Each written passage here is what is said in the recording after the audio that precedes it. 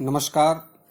We are discussing about the electric current of class 10th. So today we are discussing about the following topics related to electric current. First of all, we should discuss about electric current, then we should have proper knowledge about electric charge, because charge is the basic thing that used to define electric current. So now let us start today's lecture. Basically, charge is of two types. It is positive and it is negative. So first of all, we should define the definition of charge. Charge is that physical quantity which produce electrical effect in a neutral body. Okay, I repeat, charge is that physical quantity which produce electrical effects in a neutral body. Now, the type of charges are two. First, positive charge. Positive charge means lack of electrons. If we remove few electrons from a neutral atom, then positive charge dominate on that atom. In other words, it means if a neutral atom have lack of electrons, then it will converted into a positive charge. Now we are going to another type of charge, that is negative charge. Negative charge is just opposite to the positive charge. Negative charge means presence of large amount of electrons as compared to the protons. It means negative charge have large amount of electrons. So negative charge dominate on that neutral atom. Now इतना तो clear हो ही गया होगा आपको कि positive charge का मतलब क्या होता है, नेगेटिव चार्ज का मतलब क्या होता है. सिंपल सा है. पॉजिटिव चार्ज का मतलब है लैक ऑफ इलेक्ट्रॉन्स और नेगेटिव चार्ज का मतलब है presence of large amount of electrons as compare to the protons present inside the nucleus. Charge की यूनिट होती है कूलाम. हम चार्ज की एसआई यूनिट कूलाम होती है. अब हम आगे चलते हैं. तो अब हम डिस्कस करेंगे इलेक्ट्रिक करंट के बारे में. तो ये जो इलेक्ट्रिक करंट है मेनली दो टाइप का होता है. पहला है अल्टरनेटिंग करंट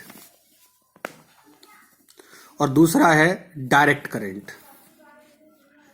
तो अल्टरनेटिंग करंट जो आपके घरों में मेनली सप्लाई होती है 50 हर्ट्ज पे 230 वोल्टेज पे जो आपके घर में इलेक्ट्रिसिटी आती है, तो जब वो करंट है, वो करंट जो आप यूज़ करते हैं हाउस होल्ड सप्लाईज के लिए, वो करंट जो होता है अल्टरनेटिंग करंट होता है, जो जनरली हमारे घरों में यूज़ किया जाता है पावर डिस्ट्रीब्यूशन के थ्रू. जो दूसरा टाइप है करंट का वो है डायरेक्ट करंट.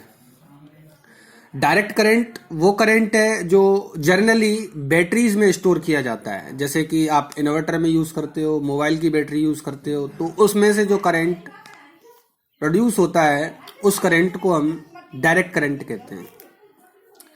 तो अब देख लेते हैं मेनली ये अल्टरनेटिंग करंट और डायरेक्ट करंट होता क्या है.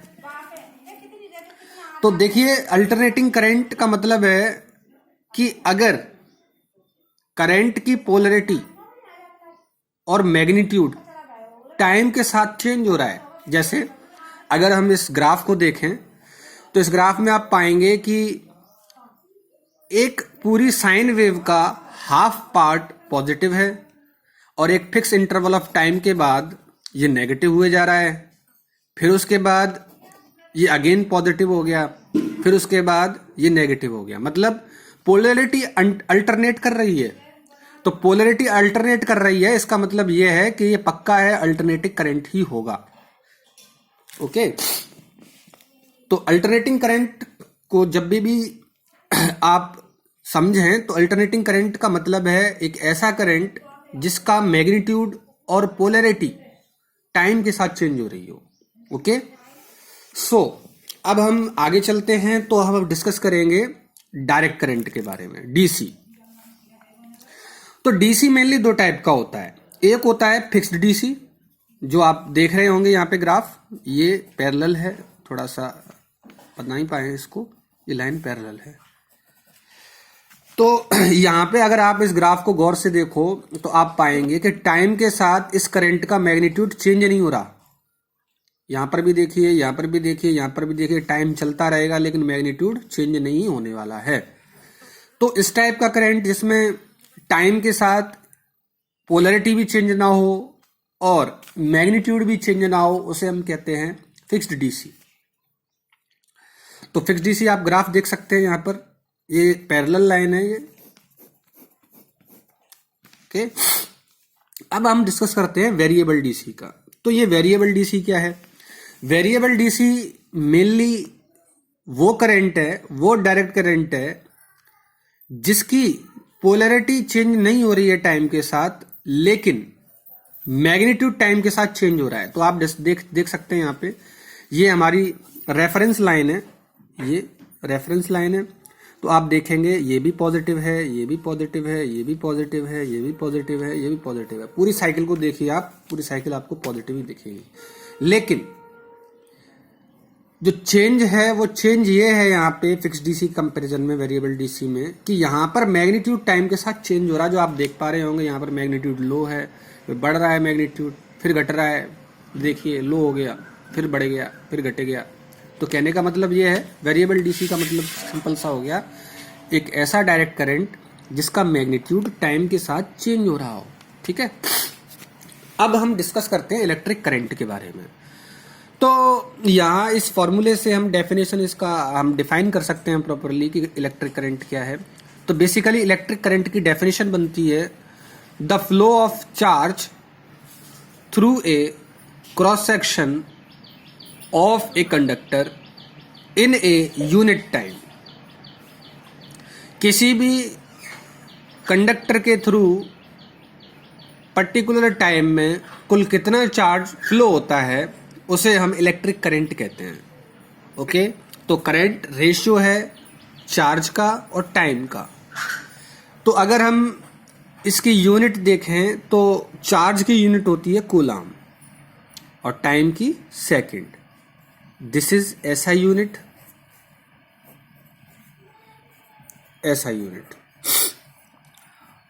अब जो रेशियो है कूलाम पर सेकंड का वो है एम्पियर के बराबर। तो ये दोनों ही एसआई यूनिट हैं, तो आप इसको यूज कर सकते हैं। जनरली हम जो करंट को मेजर करने के लिए जो यूनिट का इस्तेमाल करते हैं मेनली वो करते हैं एम्पियर का। तो अब आपकी समझ में आ गया होगा कि करंट क्या है और करंट को किस प्रकार से मेजर किया जाता है, करंट के टाइप कितने होते हैं। अब यहाँ पर हम डिस्कस करेंगे चार्ज का। तो बेसिकली चार्ज जो है आपका, हम पीछे डिफाइन कर चुके हैं कि चार्ज मीन्स अगर आप किसी न्यूट्रल एटम से इलेक्ट्रॉन निकाल देते हो बाहर तो वो न्यूट्रल एटम आपका पॉजिटिव चार्ज में कन्वर्ट हो जाता है, और अगर किसी न्यूट्रल एटम पे आप इलेक्ट्रॉन एक्स्ट्रा पहुंचा देते हो किसी भी कारण से, किसी भी प्रोसेस से, तो वही आपका न्यूट्रल एटम नेगेटिव चार्ज में कन्वर्ट हो जाता है। तो ये जो आपका जो टॉपिक था रिलेटेड इलेक्ट्रिक करंट, ये आपका आज यहीं तक है। अब हम डिस्कस करेंगे इसका थोड़ा सा अगले लेक्चर में। Thank you.